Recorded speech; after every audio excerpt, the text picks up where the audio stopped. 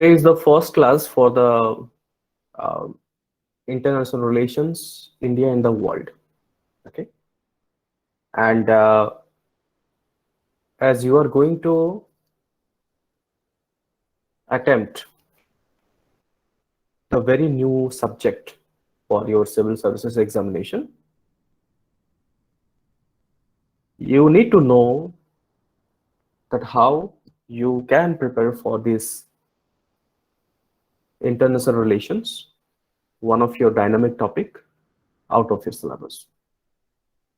Okay, so this international relations topic, it will help you for your both general studies as well as it will help you for your political science and IR optionals. If I mean anyone who is having. So we will try to understand this international relations very closely. We will talk about numerous numbers of topics which are frequently asked in your civils examination. So our focus is to understand not only the factual parts, but also to learn how to write a good answer. Because ultimately, your performance is evaluated based on how you answer to question. So our approach should be always exam oriented, be it prelims exam, be it mains exam, specifically mains examination, so that you should be well versed about the techniques in the answer writing. All right. So then, should we start, all of you, or Yes, no? sir. Yes, sir. Okay. Just wanted to understand from all of you, what do you understand by international relations? What do you understand by international relations? Sir, it is the relation between the various countries. Hmm. Okay, that is a good attempt. Please try to come up with more answers. What do you understand by international relations? The India's relationship with the other countries. Very good. And So it's the relationship between one country with another country due to economical and political and other beneficiary issues. okay, Sir, it's all about how India represents itself to the world. fine. And new points who can add? Please try to come up. We are here to, because this IR topic is more about interactions, more about discussions. You know me that my lectures are never monotonous. Okay, it's not that I only speak. You also need to participate in the discussion. Then only you learn more things. Yes. Any new points you can add to whatever Nirmalya, Subhranshu, Daisy, and Uttam has said?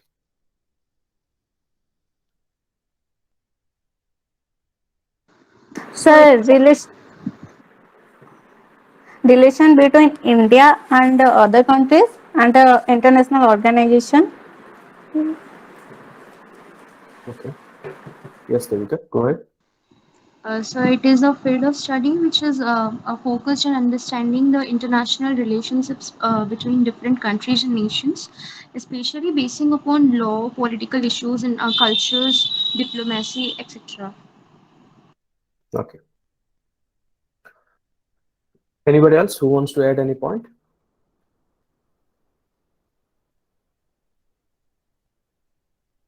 Anyone? Any additional point if you want to make? Prem Kumar.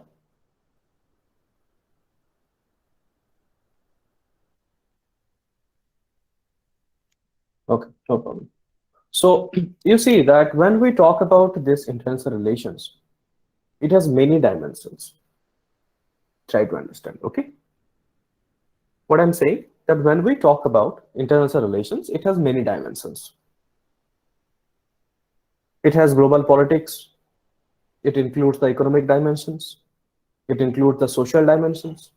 It includes the, you can say, strategic dimensions. And more often, you can also say like diplomatic dimensions. And sometimes you can also say like peer-to-peer dimensions. Okay, understanding my point? So what I'm trying to explain that international relations subject itself is a very vast subject, which includes many dimensions, including political, social, economic, strategic, diplomatic, cultural ties, peer-to-peer dimensions. Many aspects are there. But as per the syllabus of civil service exam, we will understand as to what is required specifically for these examinations. Okay, because international relations itself is a master's degree topic.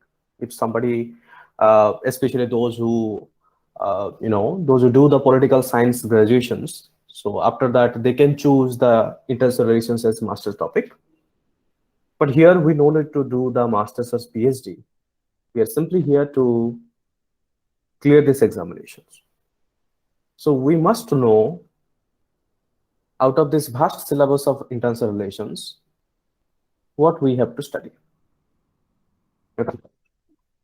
As I told you that there are many aspects of the international relations. First, let us focus on outlining the syllabus of your studies. Then we will talk on the various aspects. I'm just sharing my screen. You see,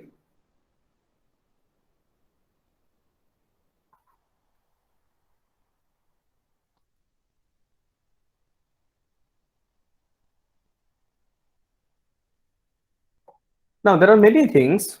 So for example, the series which we are going to start today is India and the World. Okay, this is one of the series which we will be starting from today. There are many other things like global politics.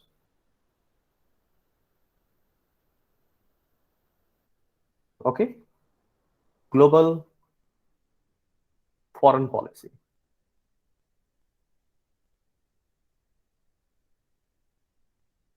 So you can say that out of the entire international relations, according to your syllabus, specifically India and the World, global politics and global foreign policies, and you can also say that Indian foreign policy is also one of the part, Indian foreign policy.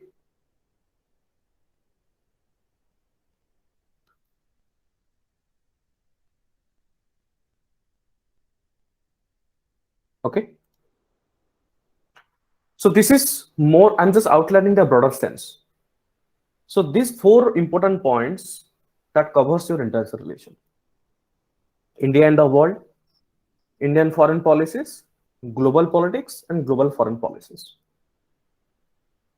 So these 4 number of points, 1, 2, 3, and 4, all of these points are for political science. PSI are optional.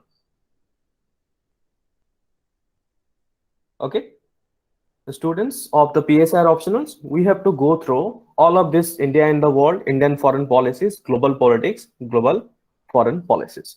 These are the 4 stages of the international relations that includes in the PSI optionals. However, as far the general studies is concerned, we will focus on these 2. We will focus on these 2, that is of general studies.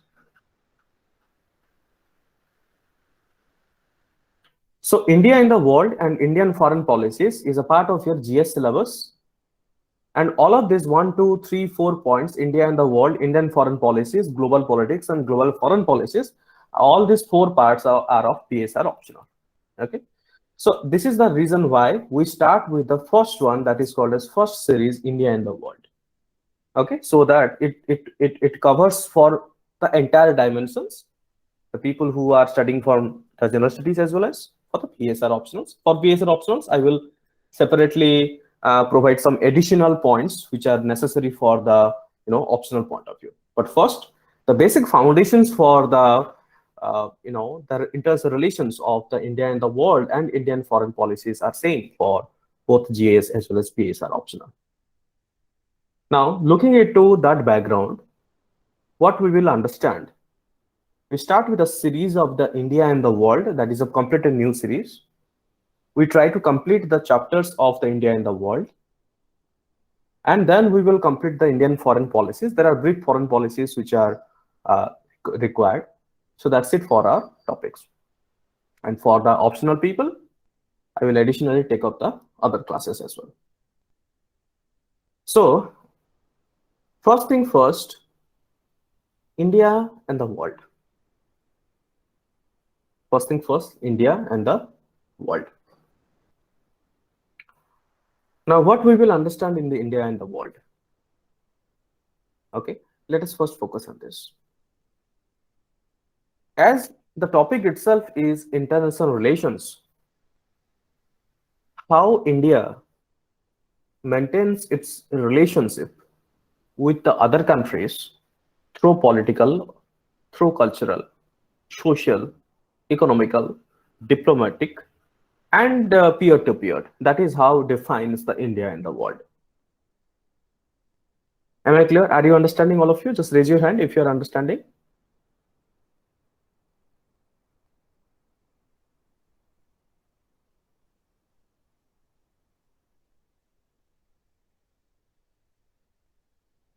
Good. Okay. Okay, very nice. So, the India and the world starting point. Now let us try to talk about and try to outline the syllabus for the new series of the India and the world. Just give me a moment.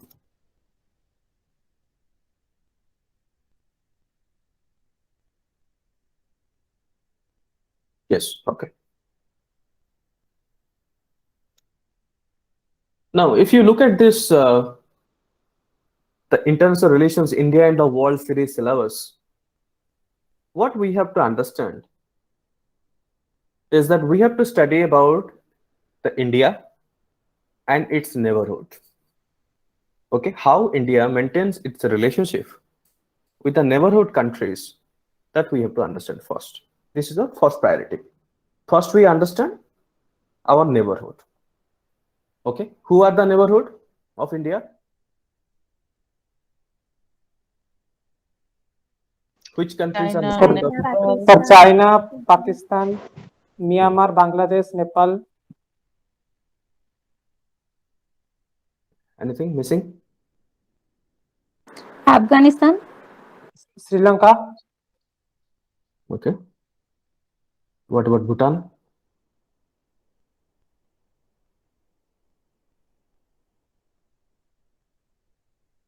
No problem. We will understand. So first, our priority is to understand the relationship of India with its neighbor states or neighbor countries. Okay. Then, see, when we talk about a relationship, it has many dimensions of relationship. You can say one way of relationship is bilateral. What do you mean by bilateral? Let's say India and Pakistan. India and Pakistan. This is bilateral. Bi means what? Two. One country with another. Okay, one country with another. So this is your bilateral relations. What about regional? A regional, you can say, like, for example, SAARC nations, or maybe ASEAN. They are regional, or maybe you can say like European Union. They are regional. What about global groupings? Global groupings, for example, G7 countries, G20. They are called as global agreements. I hope you are understanding. So what I'm trying to tell you is that when we understand the international relations, we have to keep in our mind that is it bilateral? If yes, then what would be the diplomatic ties, political ties, strategic ties, etc. If it is regional, let's say for example ASEAN, or maybe for example SAPTA, or maybe for example RCEP, or maybe for example SAARC nations, then this is a more regional. Regional means what? Only a limited group of people. Let's say for example SAPTA. SAPTA is only for the South Asian countries. Okay, so these are more regional groupings. They are multilateral, but they are regional groupings. What about global groupings, like for example United Nations? United Nations, you can take one of the example of global groupings. Like let's say for example WTO. The purpose of United Nations or WTO might be different, but there are many countries who take part into those, I would say, the international relations and diplomacies. Okay, then what we will understand, we understand the effect of policies and politics of developed and developing countries on India's interest. You see, now when you try to understand India's international relations, you see that there are two groups of countries in the entire world. One group you say developed in terms of economics, like for example UK, USA, Germany, France, etc. They are like developed countries. Okay, and what about developing countries, like for example India, okay, South Africa, some of the African countries, some of the South Asian countries? They are developing countries. That's still developing. They are not mature. Their economy is still in progress. So we need to understand that how India's interest, should we incline towards the developed countries, or should we give more time towards developing countries? And if we give more time to developing countries, how it is going to affect to developed countries, that we have to take care of. I'm just giving an example. You know that we have a good relation with Russia also, and we have a relation with USA also. But USA and Russia both are ideological difference. For example, USA is more inclined towards capitalism, and Russia is more inclined towards what? Communism or socialism. Okay, so when India tries to maintain relations with both the countries, of course we try to maintain a neutral relationship. However, we also need to think, when we maintain relation with USA, we have to think, are we hurting Russia? Or if we try to maintain relationship with Russia, then we have to think, are we hurting USA? And if we are hurting, then how it is going to impact us? Is it going to impact us as a much more scale? If yes, then maybe we need to rethink about it. So this is how we understand about the policies and politics, and especially India's interest. Okay, especially interest. Try to understand one more point, that in your syllabus, especially the general studies syllabus, you no need to understand the global politics part. Like say for example, how USA maintains relations with, let's say for example, Iraq. That is of PSI or optional, not of GS. Okay, might be some important point is important, but details are not important for your GS. So we will only understand initially in this particular India and the World series, we will specifically talk about the international relations along with the interest of India only. Okay, so that should be our focus. Then the next point which I have mentioned here is Indian diaspora. What do you mean by Indian diaspora? Indian diaspora stands that there are many people, might be Indian origin people, or maybe there are people, they went to some other countries for studies or for work purpose. So there are many people, Indian people, who are in different countries. So, and also you know that the Indian diaspora, those people are called as diaspora. So they contribute immensely to the economy of India. Okay, how? Because when they work, they earn money and they transfer that money to their maybe family or friends or etc. So we also need to take care of them, and especially the important international institutions or agencies, like for example, United Nations, SARC, SAPTA, RCEP, etc., etc. Those things we need to take care of. So this is your broad outline of the India and the World series, which I'm planning to start from today onwards. We'll be starting this series where this is our syllabus and we should focus on this. Now, this is the broad outline. Okay, this is the broad outline. Now, let me tell you the detailed syllabus of India and the World series. Okay, first, what we will do, we will start with the bilateral relations. What we will do, we will start with the bilateral relations, and slowly in the end, we will focus on some of the multilateral relations. Interesting, India. So I'm sharing with you the screen. I'll show you the bilateral, some of the relations, the detailed syllabus, what we have to study as per your syllabus. You see, if you look at this particular slide,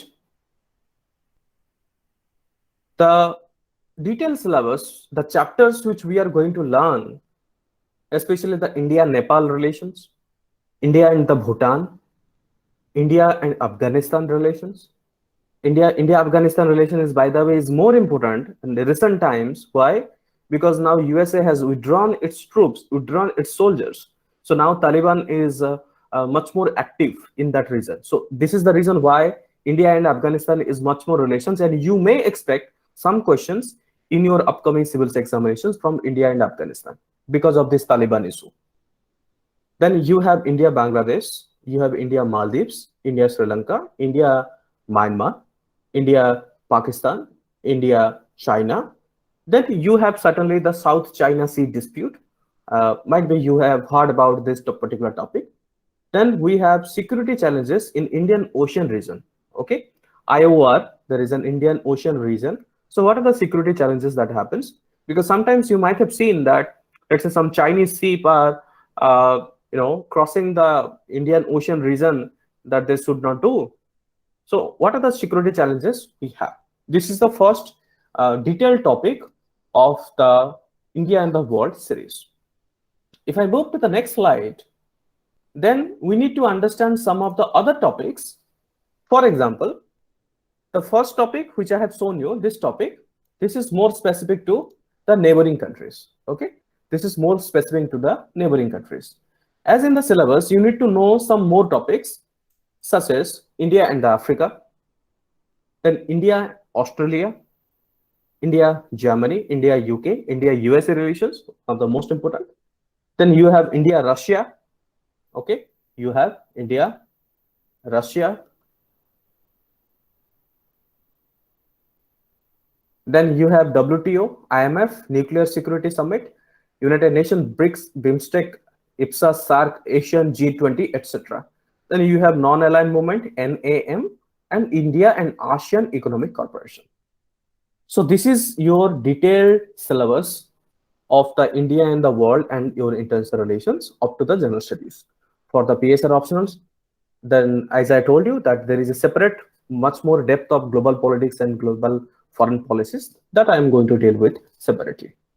So just once again recalling to all of you what we are going to study. We will focus on first India and the neighboring countries, these bilateral relations.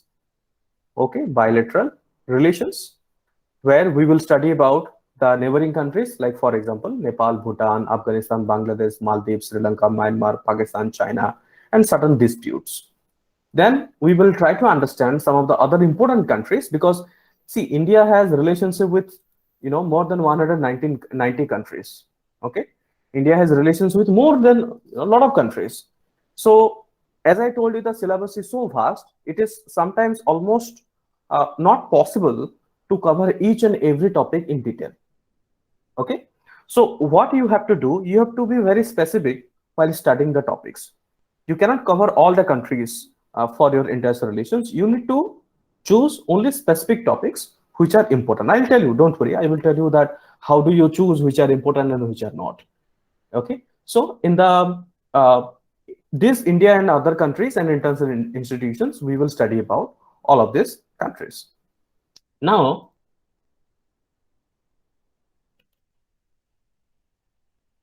this is what we have understood. Now, just let me ask you, are you clear about the syllabus of your India and the World series, all of you? Yes, sir. Yes, sir. Yes, sir. Yes, sir. Yes, sir. Okay. Yes, Rashmi, sir. are you clear? Yes, sir. Okay. Prem Kumar, are you clear? Prem Kumar, are you clear? Yes, sir. Okay, very nice. So now we have understood the syllabus. Now the question comes, is sir, there are so many bilateral relations. Which is important? What to read and what not to read. So my advice to you, that when you give the examination, the exam date, before the exam date, at least a 1 year or 1.5 years, I'm sure that you must be reading the newspaper regularly. At least one national newspaper, either the Hindu or Indian Express. I hope that you are reading the newspaper regularly. So in the newspaper, you must be coming across a lot of news, especially this international news or the world news. So my advice to you would be focus on the recent topics, because international relations is the most dynamic topic. Okay, it is the most dynamic. It is not like history that something is written already, and you try to read one book or two books, you try to memorize the facts and informations, so you will be able to answer it. So it's not like that. As you know that international relations always changes with time. Okay, so what has happened 50 years before, today the scenario or the situation might be changed. So this is the most crucial information I am giving to you, that you have to update yourself with this international relations topic. Number one. Number two, last 1 to 1.5 year topics you have to read, and whatever news comes in that newspaper, you have to go through each and every news. Especially I'm talking about the international relations. And if you feel that one topic, let's say for example, the most common topics are like India-USA relations, India, you can say that Pakistan relations, India, Afghanistan, India, Bangladesh, they are like most common topics. Every year that in the news it comes. But let's say for example, India and Seychelles, okay? Let's say India and Congo. So hardly you find any kind of news for this type of country. So you no need to focus on that countries. So my advice to all of you, that you have to be smart enough to choose your topics, which one to read and which one to leave. So you must give more time to learn those topics which has come recently in the news, and give less time to the topics which has not come at least a 1.5 year or 2 years, which has not come in the news. So that is my advice.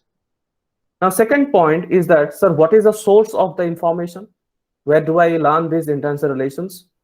Is there any book? The answer is no.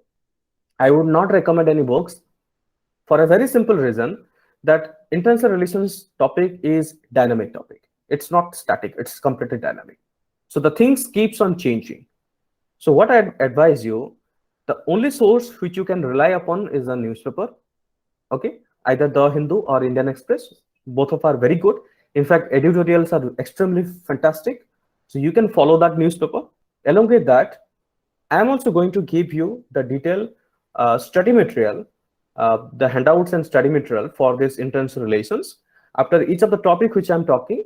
So after that, I will be also providing you from my side the detailed study material.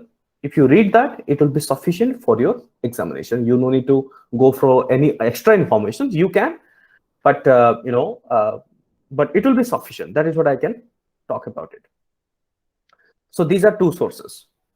Apart from this, I would advise you that you regularly visit one of the website, that is MEA. What is MEA? Ministry of External Affairs. Ministry of External Affairs. Government of India. Okay, so you will get most authentic informations in that Government of India website, Ministry of External Affairs. Then in that Ministry of External Affairs, there is a YouTube channel also. I would advise you to go for it. There is a this is YouTube channel can be, you can get it like most authentic informations. Then in addition to, I would also advise you to watch Rajya Sabha TV. In Rajya Sabha TV, you will get a series called as India and the World. There is a playlist in the Rajya Sabha TV. Okay, you can watch in the YouTube channel, Rajya Sabha TV, India and the World. The good thing about the Rajya Sabha TV is that you will get the people who are like former diplomats, who are ambassadors, who are like very eminent personalities, whom you don't see in any other news channels, not even other commercial news channels. You don't see them because they don't come in those news channels. They will come only in Rajya Sabha TV or Lok Sabha TV. So I would advise you to watch regularly this Rajya Sabha TV. The series is called as India and the World. Okay, so where you will get an ample opportunity to get the analysis part. How do you analyze a topic? If there is an India and let's say, for example, Pakistan issues are going on, then there will be like expert debate and discussions about that specific topic, and the people will be coming very eminent people. So when you when you listen to those videos, automatically your analytical power and analysis would be much more enhanced, and it will definitely help you for your mains answer writing. Okay, am I clear, all of you? Yes, sir. Yes, sir. Yes, sir. Yes, sir. Yes, sir. Okay. So before I proceed further, I just want to reconfirm that what I have told you today. I have told you that what is the India and the world. I have told you international relations has many things. Then I have told you that what is the general studies syllabus, what is the PSIR total syllabus. Those students of the PSIR, they have to read complete. The students of the only general studies, okay, they have to read specifically related to India. Then we start with the series of the India and the world, where I have told you that you have like bilateral relations and multilateral relations in Indian foreign policies. That is a general studies syllabus, including the PSR. There I have told you that what do you expect in the international relations as far as the syllabus is concerned. Then I have given you the detailed syllabus, the bifurcations of detailed syllabus of the India and the world. Then I have told you one of the most important point, that how do you select the topics? You select only last 1 year or 1.5 years of whatever news or whatever countries that has come in the newspaper. You try to cover those topics. Okay. Then I have also told you the most important resources where you can get some more knowledge. Number 1 is the Ministry of External Affairs website. Number 2, I will provide you my own notes, the international relations notes that will be sufficient for your study. If you want to enhance your analytical skills, you can watch the MEA YouTube channel that is free of cost available, and as well as this Rajya Sabha TV, India and the World, where you will be getting most authenticate informations for your preparations. Okay, so if anyone who has any doubt what I have told you till now, you can ask me, so that otherwise I will move to the starting of some new topic. Anyone who has any doubt so far? Sir, is there any textbooks we can follow to clear out our basics? Well, in fact, you see, there are many books in the market, but where I see that some of the books informations are not comprehensive.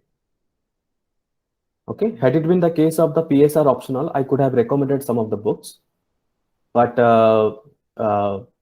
especially for the bilateral relations, I don't see any books which will help you to comprehend your information. There are many books, by the way, in the market. So what I would advise you at this point of time, I would give the notes and the teaching, especially how I'm going to teach you, I will not only teach you the recent one. It's not that the last 1 or 2 year I'll just teach and I'll complete this topic. No, I will start the beginning, how the India and the, let's say for example, India and Pakistan. I'll start the topic from the very beginning of the India and Pakistan relations and how it has changed over a period of time. So you get an insight from the very beginning of the international relations to up to date. Till today, whatever topic which I teach, so from the beginning till today, I'll be covering the entire topic so that you no need to worry about it. Okay, Okay, just sir. okay. And one more information I would like to also give you, that see, the topics which I'm going to complete, it will be updated as of today. That means what? Let's say today I'm going to take up the topic in India and Pakistan. So the information which you will be getting from my lectures, it will be updated till the date of the lecture. Let's say, for example, you are giving examinations in the next year. So for next year, definitely there will be some development in, let's say, 7 to 8 months extra. So you need to update those informations. Don't worry, we will also provide you in the form of, I would say, some handouts, but it is also your duty to update yourself when you read from the newspaper. So that will be one additional task from your side, that once the lectures are completed, you need to update your notes regularly. Okay, so that it is not outdated. You put some extra informations what has happened recently. Anybody else who wants to ask any other questions till now what I have taught you? Okay, great. Anyway, so that's good that at least you are trying to understand that how can you really analyze the topics related to the India and Pakistan or any of the bilateral issues. So my focus is also to encourage you to learn how do you analyze the topics. It's not only that you get those informations that when the war has happened, who has done and what has been done. That is not only the point. My also objective is to empower you people, in case of any questions that comes related to this India and Pakistan, you should be ready to face that question. You should be ready to give a perfect answer upon this particular topic. Okay, so that should be my objective, and you should also focus in this way. Do not just mug up the informations, because mugging up the informations may help you for a short period of time, but it might not help you for a long term. So my advice to you, if you truly want to understand international relations, is I feel that one of the most interesting topic. So when you put interest, definitely you will enjoy this learnings. And yeah, I think that would be good enough to begin with. As well as I will also advise you that understanding international relations becomes also easy when you understand the world history. Okay, so there is NCERT's books of the world history. So NCERT books can be read just, if you try to read it continuously, you learn like a story that what has happened in the beginning, what has happened in the World War I, why it has happened, then what has happened in World War II. Like in the NCERTs, you have industrialization and colonization, who are the countries responsible to it, and what are the external roles for the India struggle for the independence. What is the Cold War, what is the Cuban crisis, then what is the disintegration of, you can say that, what is the disintegration of, let's say, USSR, then you have Russia, then what has happened with 1990 era. So you try to understand the world politics, especially the world history part, because understanding world history will make your foundation very strong. Okay, I'm not saying that you go into depth, but at least have a understanding that what is that world history, what is World War I, World War II, Cold War, and after 1990, what has happened and what is happening currently. So try to understand the world history bit, and it will be much more easier for you to understand the international relations. Anyways, as I told you that I'm going to begin every bilateral relations from a very basic to the advanced version till today. Okay, so that should be, you don't need to worry that what has happened earlier, but the focus should be more on the recent one. Even though we are understanding the India-Pakistan relations, anyways, I am going to tell you from the 1947 partition.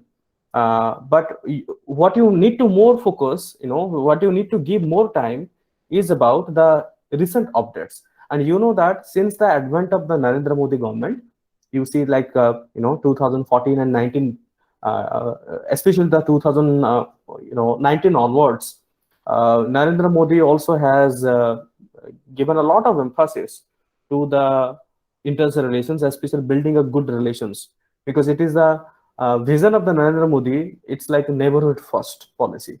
Okay, so this is another reason why, because our prime minister is putting so much of importance to the international relations and to maintain a good relations with foreign countries.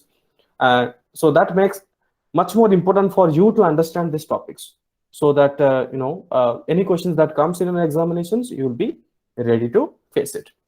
So let us begin with India and Pakistan, and let us try to understand each and every aspects of the India and Pakistan. I will share my screen, and I think already I'm sharing. So as I told you that enjoy the story, participate in the discussion, and the study material handouts I will forward to you. If you want to write down something, you can just write down as a bullet point in your pen and paper, or maybe in your notebook. Separately, I will be sending you the handouts. And let us begin with India and Pakistan. Okay, just give me a moment. Yes,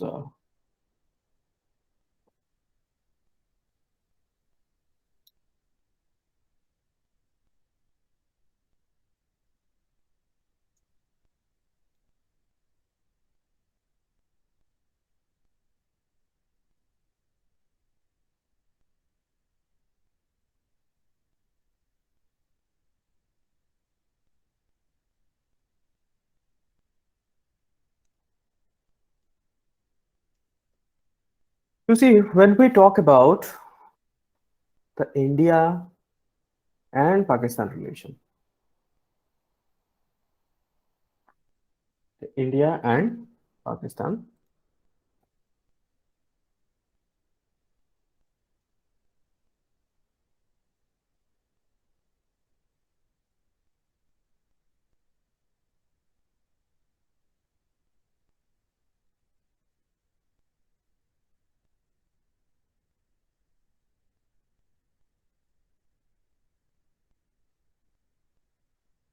can you hear me, all of you?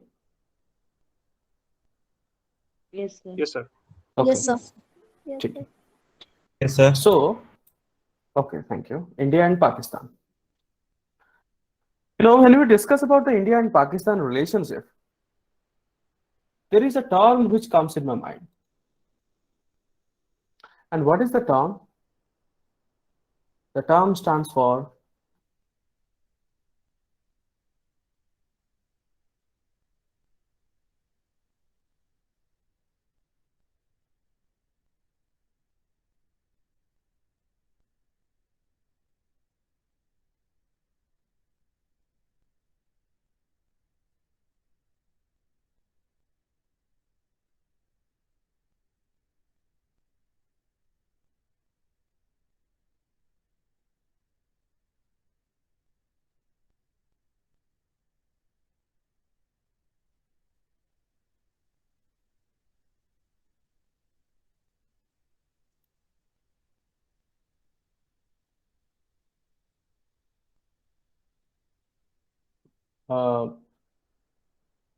can you listen to me? Yes, sir. Okay. Yes, sir. There is some internet issues, especially electricity issue. That is the reason why 2 to 3 times it got paused. Hope you don't mind. So, India and Pakistan, the term which comes in my mind is intractable rivalry. What is that intractable rivalry? Because since 1947, if you see, our relationship, we tend to interact with each other, but also we become a rivalry to each other, which means We try to talk with each other, but the next moment we come up against each other. That is what you say interactable rivalry. And the bitter partition, the bitter partition of 1947 of 1947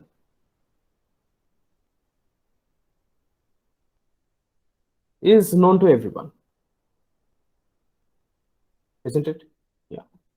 So when in 1947, when India and Pakistan both got independent from the British rule,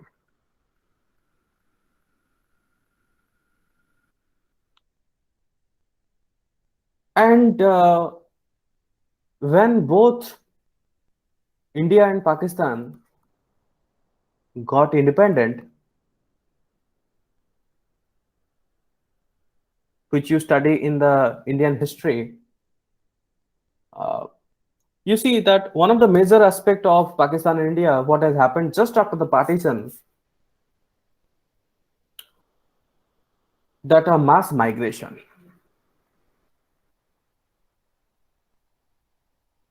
What is that mass migration? Mass migrations happened.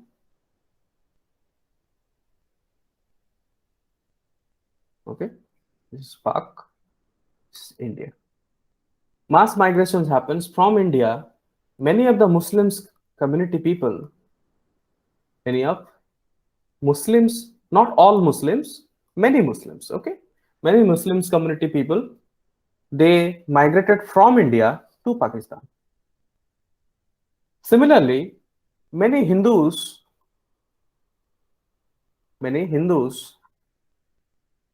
and Sikh community people, not all, many, they migrated from Pakistan to India. See, this is what has happened. Just after the partition, it was a mass migration. But you know, the problem has happened since then, that irrespective of there is the history witness, we have stood with each other in our past. Look at Bengal partition of 1905. Before the Bengal partition also, both Hindus and Muslims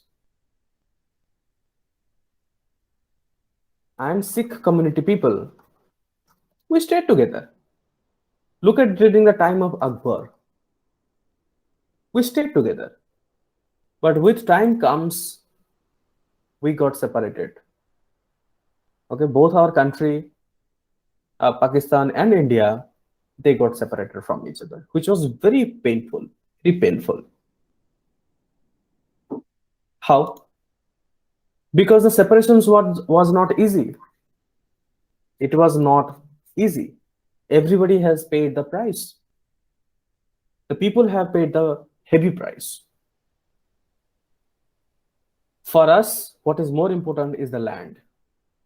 And for us, land is an emotion. Land is an emotion.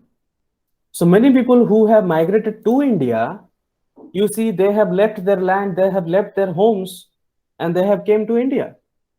Similarly, many people from India who migrated to Pakistan, they also have left their land, left their homes, they migrated to Pakistan.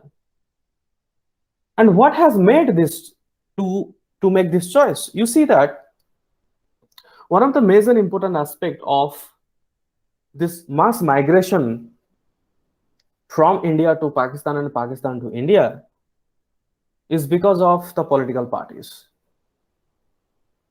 isn't it?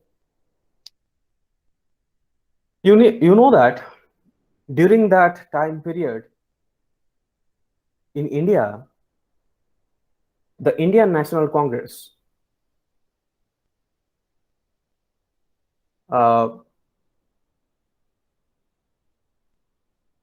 first Prime Minister is Nehru. The the Indian National Congress was the foremost driving force or driving political force into our country. And who was the person in Pakistan? So M.A. Jinnah. Muhammad Ali Jinnah. Muhammad Ali Jinnah. Muhammad Ali Jinnah, he, when the Muslim League started, you learn in the Indian history, India's struggle for independence. When Muslim League started, the very basic objective or very basic foundations based on which the Muslim League started is the religion. They wanted to establish a separate region with Muslim community. This was first most agenda or first priority objective of starting a Pakistan, like creating a Pakistan. There is a sense, or maybe it was propagated among the Muslim brothers and sisters, community people, that India is dominated by Hindus and Pakistan is safe for the Muslims, because if they stay in India, they will be minorities and there will be problems for them. It was propagated, which was a bad thing. Indeed, if you see the structure of the Indian National Congress, it was not Hindu majority. There were many people from Muslim community and Sikh community and other communities were also members of the Indian National Congress. So Muhammad Ali Jinnah, he, in fact, there are many thinkers who have said that hunger for power, if Muhammad Ali Jinnah could have continued with India, he would not have succeeded becoming a prime minister.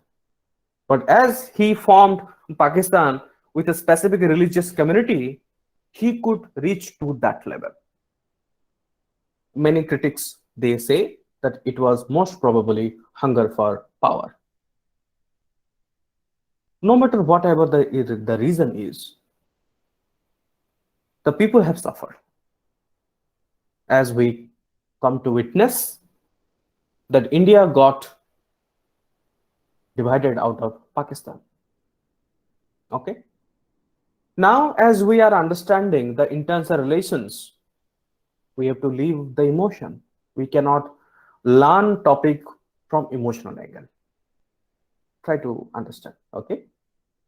Emotions and politics cannot be mixed. So we will try to understand the topic in a more neutral format. Okay. One of the best advice which I would like to give you here is that when you write an answer, your answer should not show too much biasness towards a particular party or towards a particular, let's say, country. It should not show too much of biasness. Of course, as you are writing for India, you cannot go against India. That is not what I'm advising. But that doesn't mean that you will say that it is the a benefit of the Pakistan, or maybe it is the benefit of, let's say, the Pakistan community, and it was good for the Pakistan that they came out of India. Do not write those things, because you are going to represent India. So when you are trying to represent India, you should stand for India. Okay, so it should also reflect in your answer writing. So you should keep this thing in your mind. As I told you that the mass migration which has happened, it's not only the migration has happened, but also there are many people who were killed during that migrations. Okay, there were many people, they were killed during the migration. And it was a very painful moment, as I told you, that the death of the people, one of the major reasons of the death of the people is religious atrocities. Okay, it's not only one specific religion, both the religions and multiple religions. It's religious atrocities. From both the sides, it has happened. As if there is a kind of insecurities among the people of within India and within Pakistan, that as if like some Hindu people, if they will stay in Pakistan, then they will be like insecure. And that was the fearfulness which was increasing day by day. And that has also forced many Hindus to migrate from Pakistan to India. So is the case for many Muslims. from India to Pakistan. And who got the benefit? The political parties. Okay, so they got the benefit. And the story doesn't stop here. The story goes on and on and on till today. You see that not a single year there is where there is no development. Every year we see that there are certain kind of developments which happens between India and Pakistan. Sometimes there are many painful movements which we have seen that our soldiers are martyred.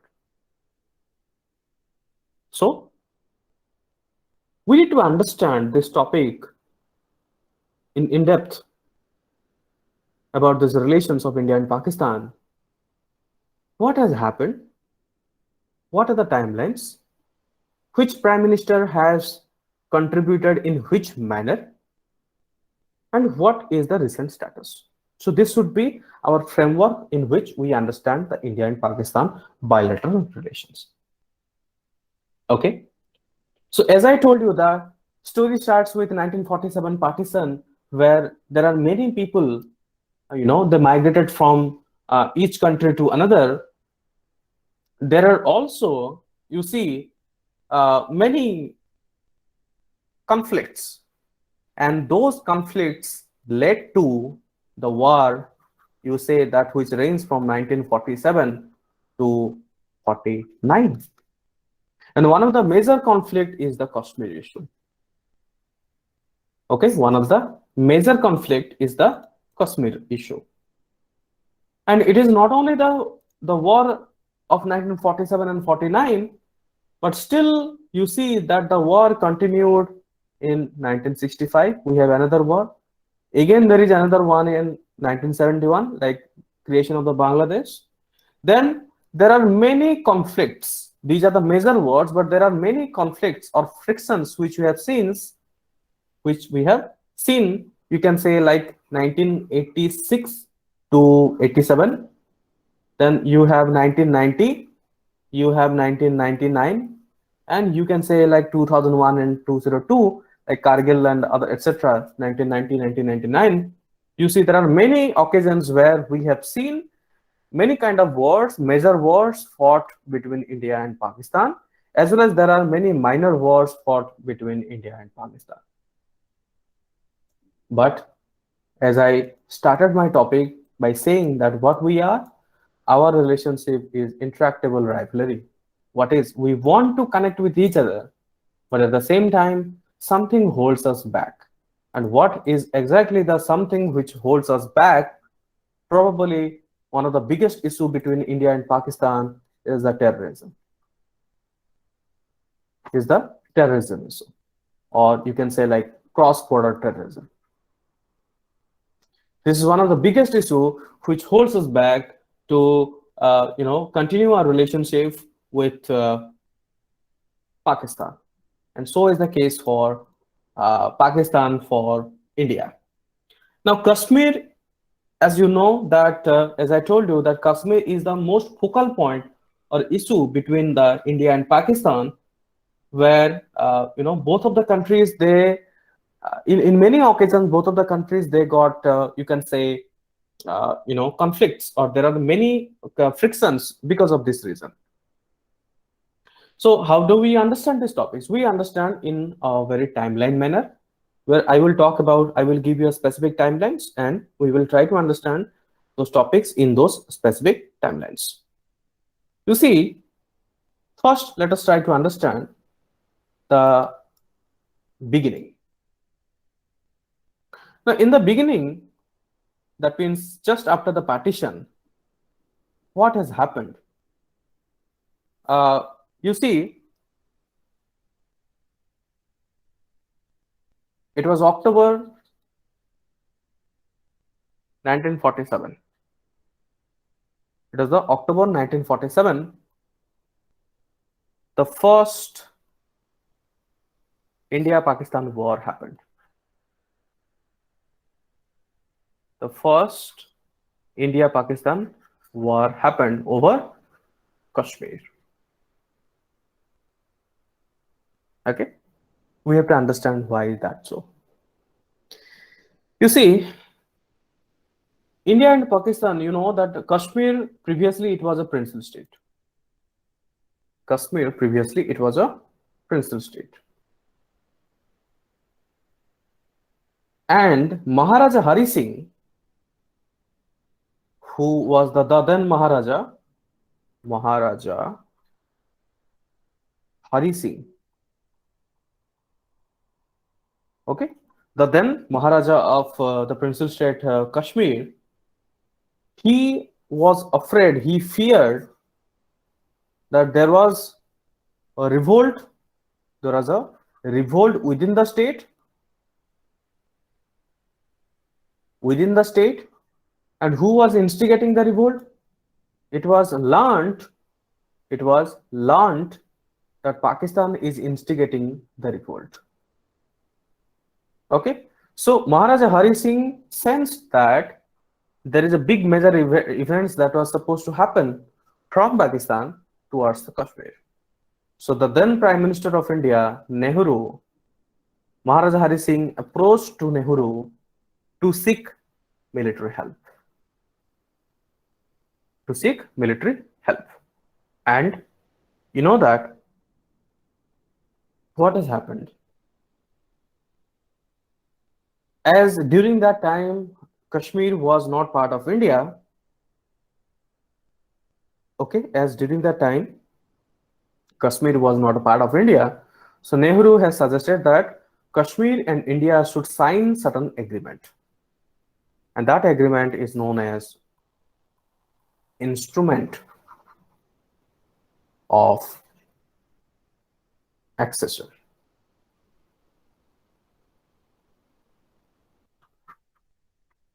Okay, Instrument of Accession.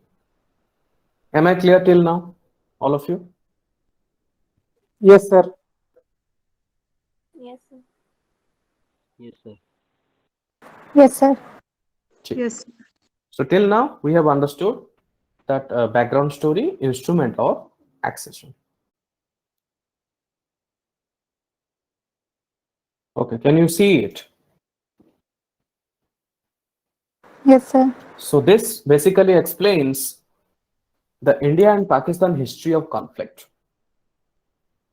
Okay, India and Pakistan history of conflict. You see, I know there is a 10 years of division only. Just focus on this party. So it's in between 1940 to 1950, as I told you that August 1947 independence. Then October 1947, first Kashmir war begins, as I told you, because of the Kashmir issue. Then there is another one, 1965 August, second Kashmir war begins. Okay, another one, December 1971, Indo-Pakistan war over Bangladesh becomes the independent country. You know that till 1971, you see that there was East Pakistan and West Pakistan basically. And this East Pakistan is nothing but today it is known as Bangladesh. Then in May 1974, India Pokhran nuclear test, which is also known as Operation Smiling Buddha. You try to remember, these are very important. Okay, these security issues and strategic important points. In my today's lecture also, I'm going to talk about, there are many, I can say, like, operations. There are many operations which has happened. I'll be discussing those operations. So the operations, what has happened in the Indian Pokhran issues, that is Smiling Buddha. Then you see that July 1989, Kashmir insurgency begins. Okay, this is July 1989. Then you have, I can say, like May 1992. Okay, May 1998. Pokhran 2 nuclear test. Pakistan has also tested, that is a Chagai nuclear test. India adopts to no first use policy. That is a major development what has happened. Then next is the May 1990 Kargil war, and all of you know that a very famous, there is a movie also on the Kargil. So there is, like, next is 2001 December Indian Parliament attack, and which nobody can forget. Then you have 2007 Samjhauta Express bombarding. Then you have 2008 Mumbai attacks and Pulwama attacks, and then you have like Uri attacks and etc. and etc. So there are many incidences what has happened between India and Pakistan. You know, there is a series of events. It's not only a single. There is a series of events that has happened, which has led to deteriorated our international relations or bilateral relations. So what I'm going to do today is to make you understand not only the conflicts part, but also the economical aspect, also the cultural aspects, the peer-to-peer aspects of these bilateral relations. So let me just okay, let me open this one. Then yeah, I think you focus on this diagram. Then this will be important. I will tell you that where we will use this diagram. And first of all, I'll just mention here one point that not to be scaled. Okay. Only for reference. You should not take this image literally. This is only for reference purpose. All of the images are only for reference purpose. Now, you see that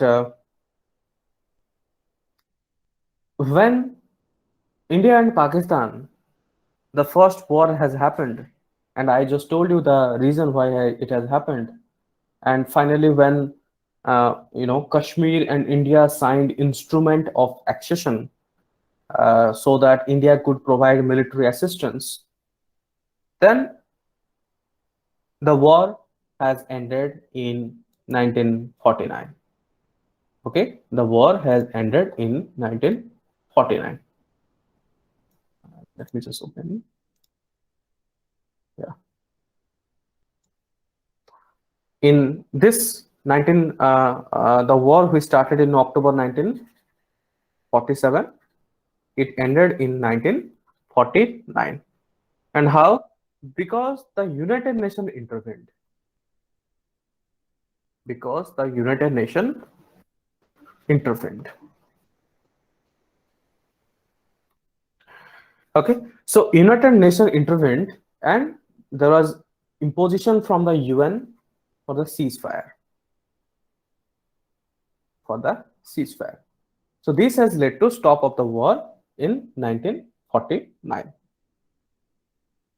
You see that during the time period of the war,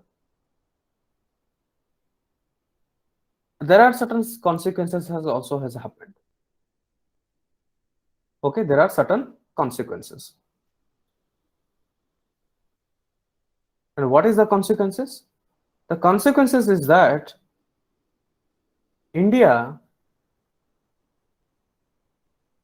secured approximately 2/3 of Kashmir.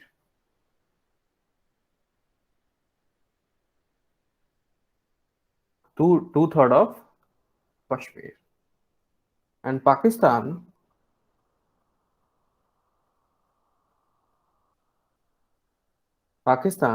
the remaining.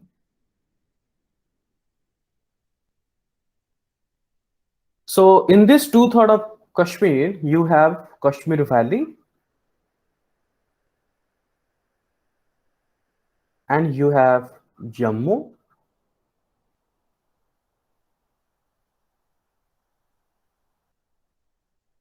and Ladakh. As I told you, the remaining, that is the 1/3 of Kashmir, that is referred as Azad Kashmir. Azad means free Kashmir, or which we also say POK. What is POK? Pakistan occupied Kashmir.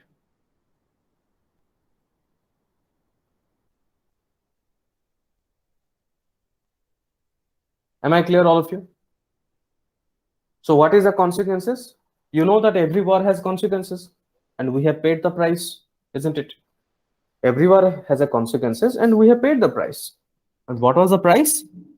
That the entire Kashmir in the first war, India was able to secure 2/3 of Kashmir, which includes the Kashmir Valley, Jammu and Ladakh, and Pakistan remaining like Azad Kashmir, which is referred as Azad Kashmir. What we say, India refers as POK, Pakistan Occupied Kashmir.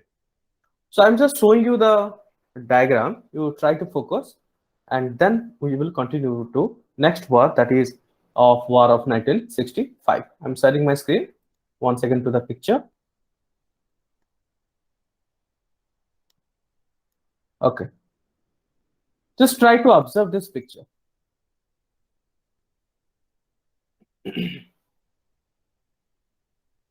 Can you locate where is this Azad Kashmir?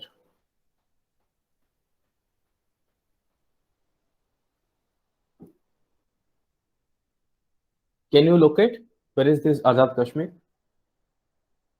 Or where is this POK, Pakistan Occupied Kashmir?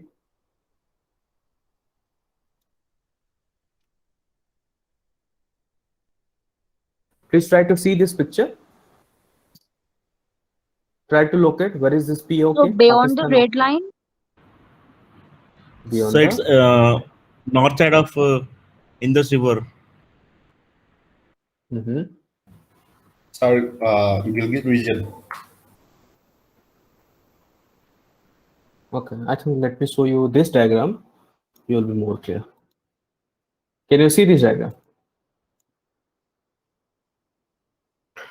Okay, you see, try to understand. Now, this is the disputed area. POK stands for Pakistan Occupied Kashmir. COK means China Occupied Kashmir.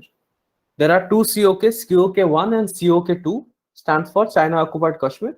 I will tell you about the China and its territory occupation, which it has occupied in the relations of India-China separately.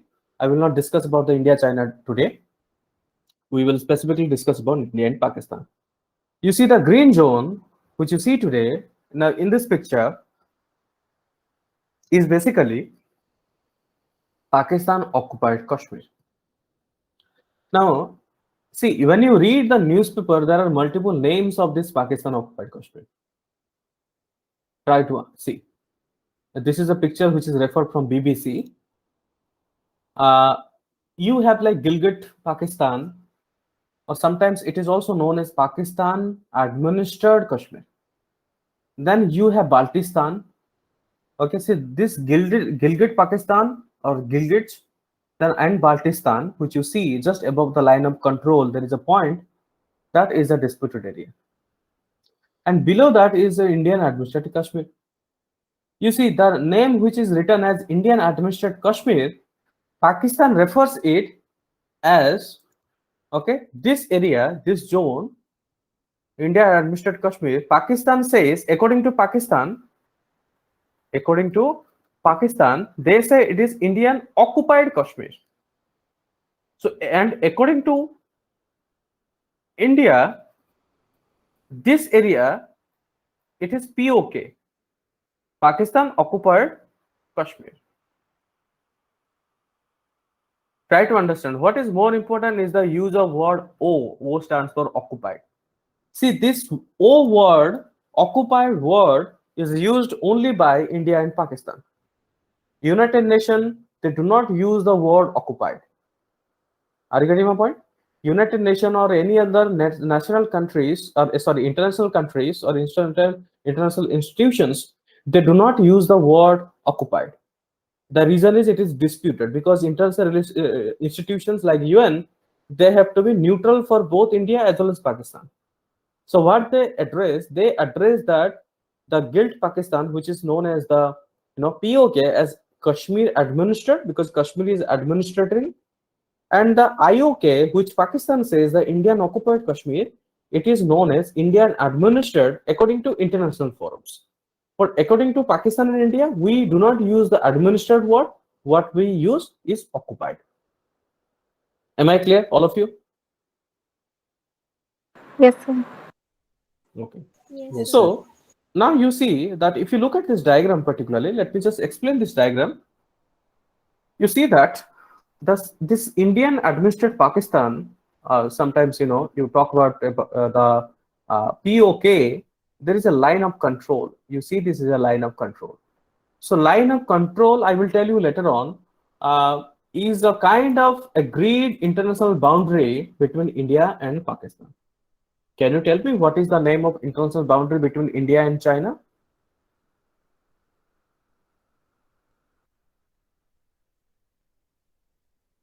Can you tell me? Line of This actual is control. this stands for LOC. LOC. LOC is the boundary between India and Pakistan. Can you tell me what is the international boundary between India and China? Sir, LAC, line of actual control. Line of actual control. Correct. See, this type of questions can be asked in your prelims examination. They can simply ask you, then line of LOCs is in between which country? India, Pakistan, India, China, India, Afghanistan, and India, Nepal. So you have to be very careful whether it is LOC or whether it is LAC, line of control or line of actual control. Okay. So this line of control is still today, it is not a 100% perfect line, but somehow it is a grid line between the India and Pakistan. However, till now it is also disputed. Okay, till now this LOC is also disputed. You see why? The reason for LOC, because the line above, above this particular line, all this area is POK, Pakistan occupied Kashmir, and the below is some areas up to this one is like, according to Pakistan, it is Indian occupied Kashmir. Look at this right hand side picture. This will be much more clear, where you see the line of control starting from here and coming here. You see this part, this small part which you see now, this part and this part, what it is being written, that area ceded by Pakistan to China. That means this area, India says that this is our area. Okay, India says this is our area. Actually, this is the area of the POK, and out of this POK, the small part, the Pakistan has given to China. That is the reason it has written that area ceded by Pakistan to China, but it is claimed by India. Why? Because it is a part of POK. Okay. Similarly, but this part, area held by China, claimed by India, this part where Pakistan is not involved, it is directly related to, India and China relations, which we talk separately. But this area will be important. Why? Because Pakistan has given this area, and you see that the China, which is trying to build the, the one belt, one row, or the Silk Route that crosses through this area, that crosses through the Pakistan occupied Kashmir. That is the reason why India also is not in favor of the OBOR project. Why? Because without intervening or without getting consent of India, although the POK is disputed, but China has tried to unilaterally change the status quo without even asking or without even consulting with India. So India is not happy with that, and India does not support with the Silk Route proposed by China, because it passes through the the POK, Pakistan occupied Kashmir. Okay, so far this is I think this diagrams are clear, all of you. Yes, sir. Yes, sir. Okay, just look at this diagram once for 30 seconds, then I will move to the next India and Pakistan war of 1965. Just look at this diagram for 30 seconds. Try to observe the locations. Try to read the names which are mentioned here. You see, where is the Siachen glacier? Where is the Aksai Chin, isn't it? We will talk about this Siachen, then we will talk about Aksai Chin. Like there was a recent issue with Galwan Valley. In the news also you might have heard about it. Galwan Valley, there is a conflict.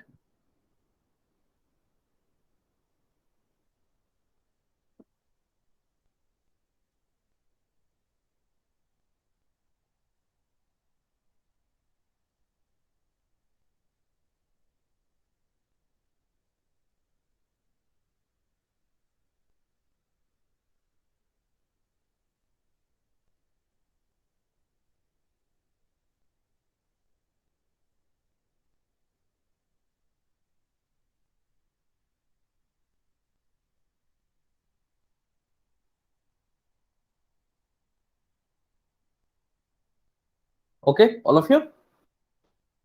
Now, as we have seen this, let me share the writing space.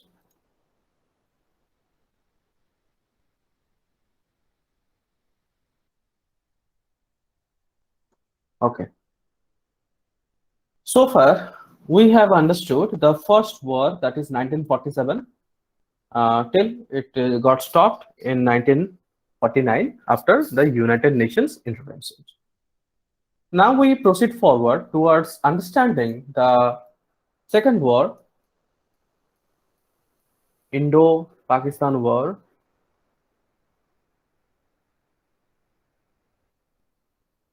1965.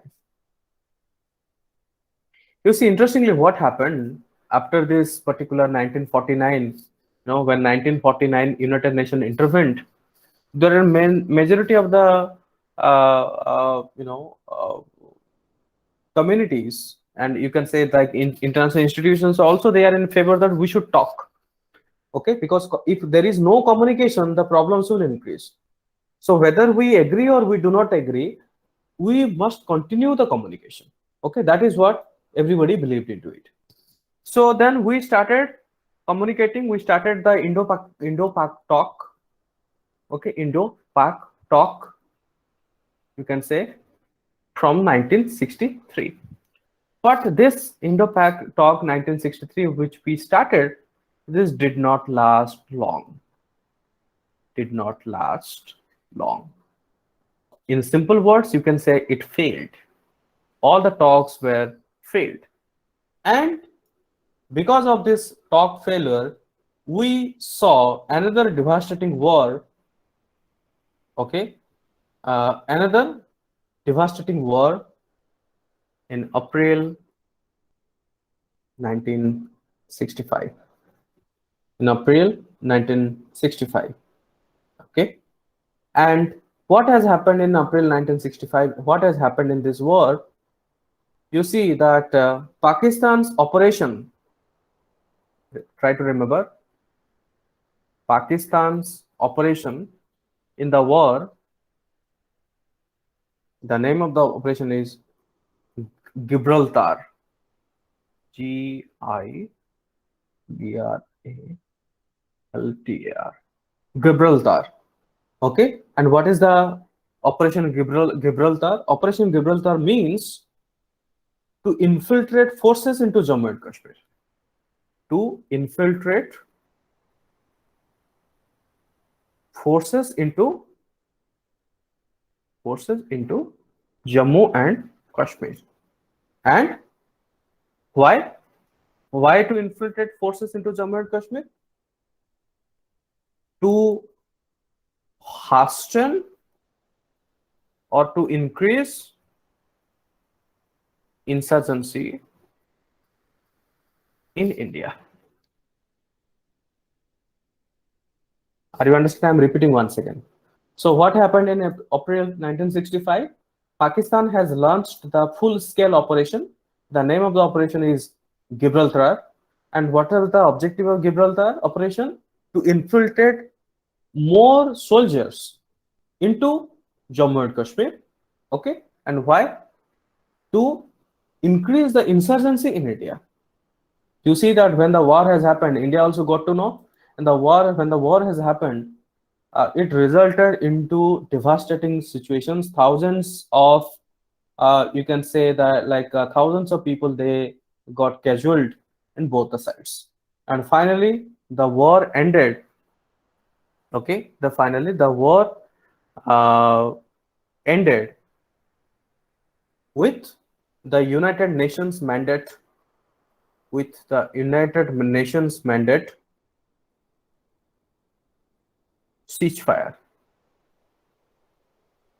When United Nations intervened, okay, then once again the war got ended. So, and the ceasefire happened in 1966. 1965 war happened. 1966 the United Nations has mandated. You can say that there was also interventions. There were certain external countries has interventions by USA.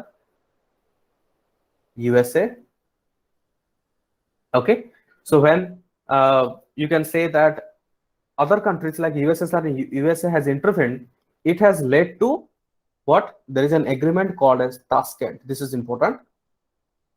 TASH. Tashkent Agreement or Declaration. Okay, or agreement, whatever you call it. So what I'm trying to tell you that in 1965, you know that Pakistan has started these operations, and in 1966, when the United Nations mandated the ceasefire with the help of the interventions of USSR and USA, the Tashkent Agreement has put into place by the Prime Minister of India, the then Prime Minister. It was Lal Bahadur Shastri.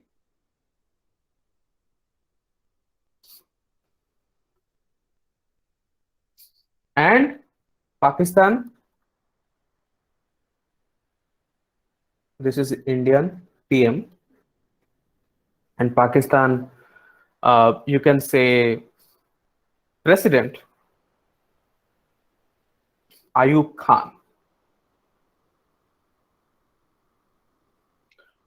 Okay, and what was the Tashkent Agreement basically? The Tashkent Agreement basically was all about, the signing was all about that withdrawing the forces. What was the Tashkent Agreement all about? Withdrawing the armed forces. Okay, withdrawing the armed forces pre-war lines and restoring the economic,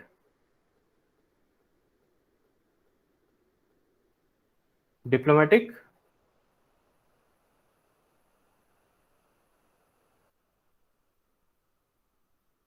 relations.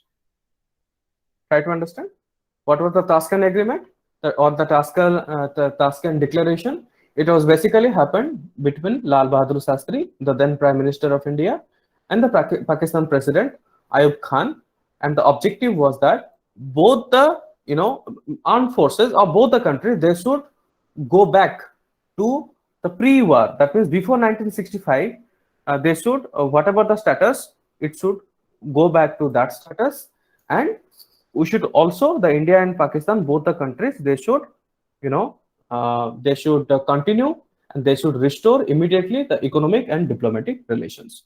And as I told you, it didn't happen just all of a sudden. There was interventions by USSR, USA, and followed by the United Nations mandate ceasefire of 1966. And this is what happened in the Second War of India and Pakistan. Am I clear, all of you? Any doubt so far?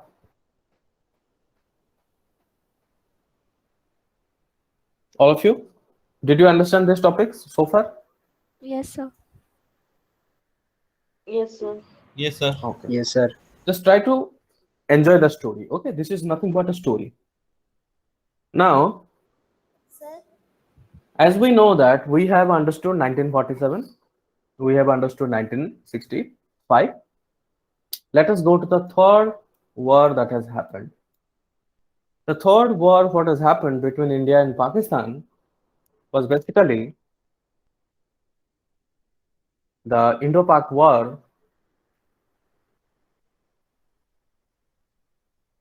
of 1971. And you know that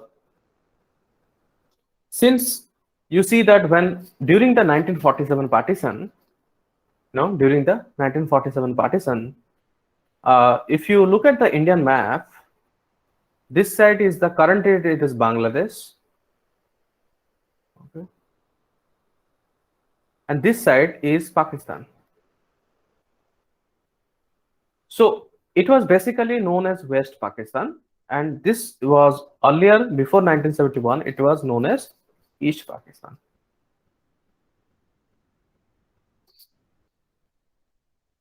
Okay, East Pakistan.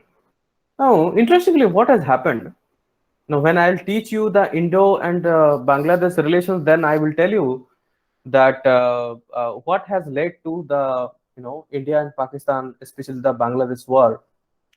But today I'll just give you certain important points.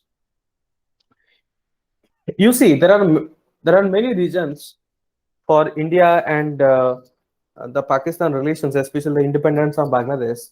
But I'll just today tell you some of the most important points because of the liberation of Bangladesh. You see that, as I told you, 1971, before there was West Pakistan and East Pakistan. Now, in the Pakistan's assembly, that is the parliament, the national parliament, the problem what has happened, the majority of the representation, I'm talking about the people's representation, were from West Pakistan. And there were very few people representation from East Pakistan. So this has also resulted into one issue. Why? Because if you tell that this is also another part of the Pakistan, you should give equal emphasis to the East Pakistan like West Pakistan. So this is one of the reason why this East Pakistan people, currently Bangladesh, they were not happy. Another reason you can say that East Pakistan was contributing a lot into the economical development of West Pakistan. What I'm saying, that East Pakistan, it was contributing a lot into the economic, development of West Pakistan. But as it is contributing to the economic development, it was not getting that much of return. It was not getting that much of return. What is the return? Let's say, for example, if you are, let's say, for example, we are paying tax to the government. So government also gives us a lot of subsidy, free of cost vaccinations. So this is the benefit we get it. But in that case, when East Pakistan is contributing a lot to the economical development of West Pakistan, or to the treasury of the Pakistan as a whole, in return, there was a very lack of development or infrastructure development in East Pakistan. So this is another reason why the people were not happy. But that was not the original one. The important triggering point, what has happened? Can anyone tell me what triggered to the liberation of India, Pakistan? Bangladesh war?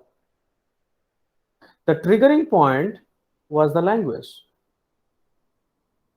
Sir, people were forced to speak Urdu instead of Bengali in West. So the triggering point was the language. And what was the language? You see, both are Muslim dominated region. East Pakistan is also Muslim dominated and West Pakistan is also Muslim dominated. But in West Pakistan, the people were speaking Urdu. And in East Pakistan, the majority of the Muslim dominated people, they were speaking Bengali. And the triggering point, what has happened when this West Pakistan, they started imposing Urdu as the official language in East Pakistan. This has triggered. And that another reason also has happened, that during that election of 1971 or 1970s elections, when the party got full majority, they were denied seat in the West Pakistan. Okay, they were denied seat in the West Pakistan's parliament, West Pakistan's assembly. These are the two triggering reasons. There are many reasons I have told you, but what are the two triggering reasons? One is the language, because West Pakistan was imposing Urdu on East Pakistan, because East Pakistan, no doubt they were Muslim communities, but majority people were speaking Bengali. They were not comfortable of speaking Urdu. This is one of the reason. And another reason is that despite the full majority winning election from the East Pakistan, they were denied getting seats, sufficient number of seats to the assembly of West Pakistan. These are the triggering reasons why the East Pakistan started war with West Pakistan. And hence, when the war has started, what has happened? The political party who won the election with full majority in the East Pakistan, they have requested, during the time Indira Gandhi was the prime minister, so they have requested India to help. So India has started helping. Am I clear, all of you?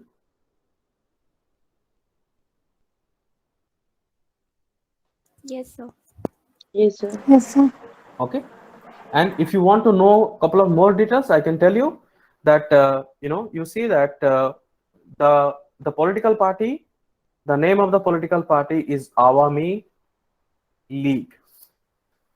Okay, who own the full majority, and the leader of the Awami League is Sheikh Mujibur Rahman.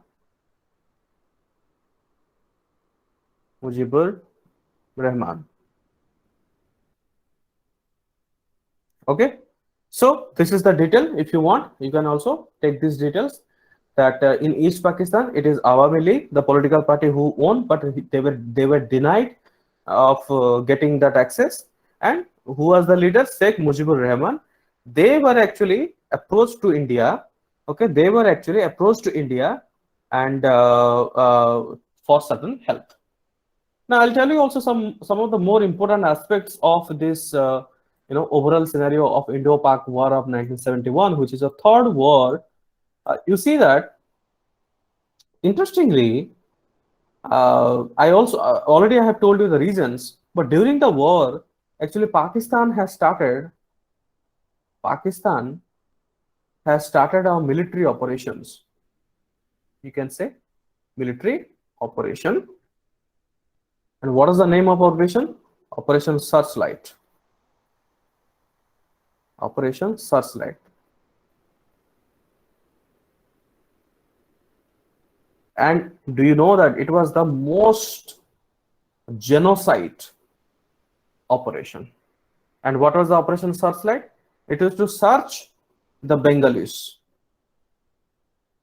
Okay, it is to search the Bengalis, and this started in December 1971. As I told you, that Awami League, they started mobilizing the people in East Pakistan. So Pakistan, in retaliation, they started Operation Searchlight, and that is basically genocide to the Bengalis. That means they were killing the Bengalis, especially in the East Pakistan, and that operation started in December 1971. And you see that there was a huge political crisis that broke out. And you know the reason, already I have told you, crisis that broke out in East Pakistan. India actually joined this war on 3rd of December. I'm just giving you some of the more important details. These are in-depth knowledge.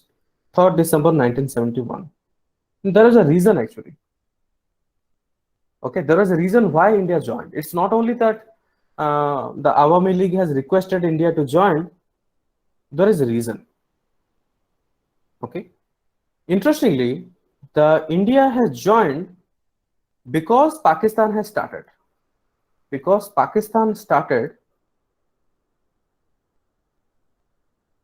preemptive airstrikes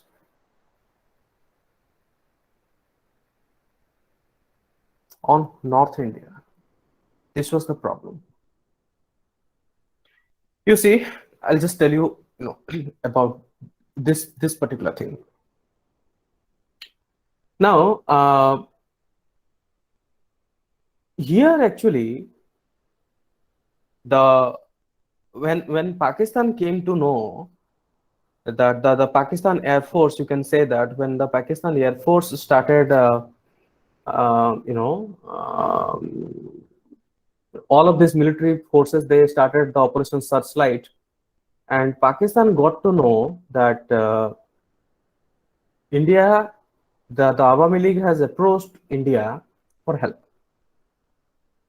And Pakistan knew that when you can say India is going to include, India will be involved, it will be very difficult. Okay, it will be very difficult for Pakistan, for the West Pakistan to win the war. So in order to prevent India, okay, I'm telling you, in order to prevent India, you can say, to involve itself into this war, Pakistan has actually started, the Pakistan Air Force, I would specifically say, Pakistan Air Force, normally it is known as PAF, they have launched preemptive strikes on Indian Air Force bases, especially. Okay, like it was approximately, I would say, 6 to 7 days, a week continuously. Pakistan Air Force, they started bombing the Indian Air Force bases in North India. Actually, India was thinking, because you see that during 1971, that was the time Indira Gandhi just started prime ministership, and along with the prime ministership, she was also new into that. So she was still taking some time whether we should involve ourselves into the war or not. It's not only that when, immediately when Awami League has expressed its interest or requested the, you can say, its help or desire for getting help from India. Same time, we also got attacked by Pakistan briefly, as Pakistan wanted to, prevent India from getting involved in that war. This is one of the reasons why India started involving itself, and the Air Force took a major role into involving itself and liberating the East Pakistan. And now today you call it as Bangladesh. Just give me a moment. I'm just getting a call.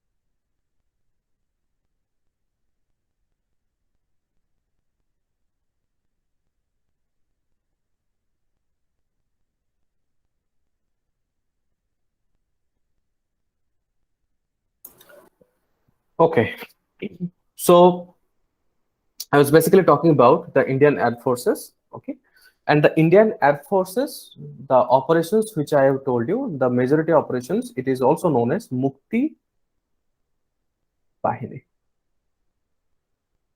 Okay, so they were known as Mukti Bahini. They started this, as I told you, that involvement of Indian Air Force for liberating the Bangladesh. Anyways, so these are the much more important details. You see that when 1971 has happened, immediately there was certain kind of agreement also has agreement has also happened. That is, you would say, like Simla Declaration or Simla Agreement of 1972. So what is basically the Simla Agreement or Simla Declaration? The Simla Agreement, it has designated the ceasefire line, okay, as the of, I would say, December, I think 17, yes, 1971, as the new line, of control, LOC, which you see today. Okay, that is new ceasefire line of control, LOC. And both the countries has decided that they will not change the status, unilaterally. That is, if they want to change the status, they have to first discuss with each other, change the status unilaterally. And both the countries, they have also agreed that they should first work on facing each other. And they should resolve their issues.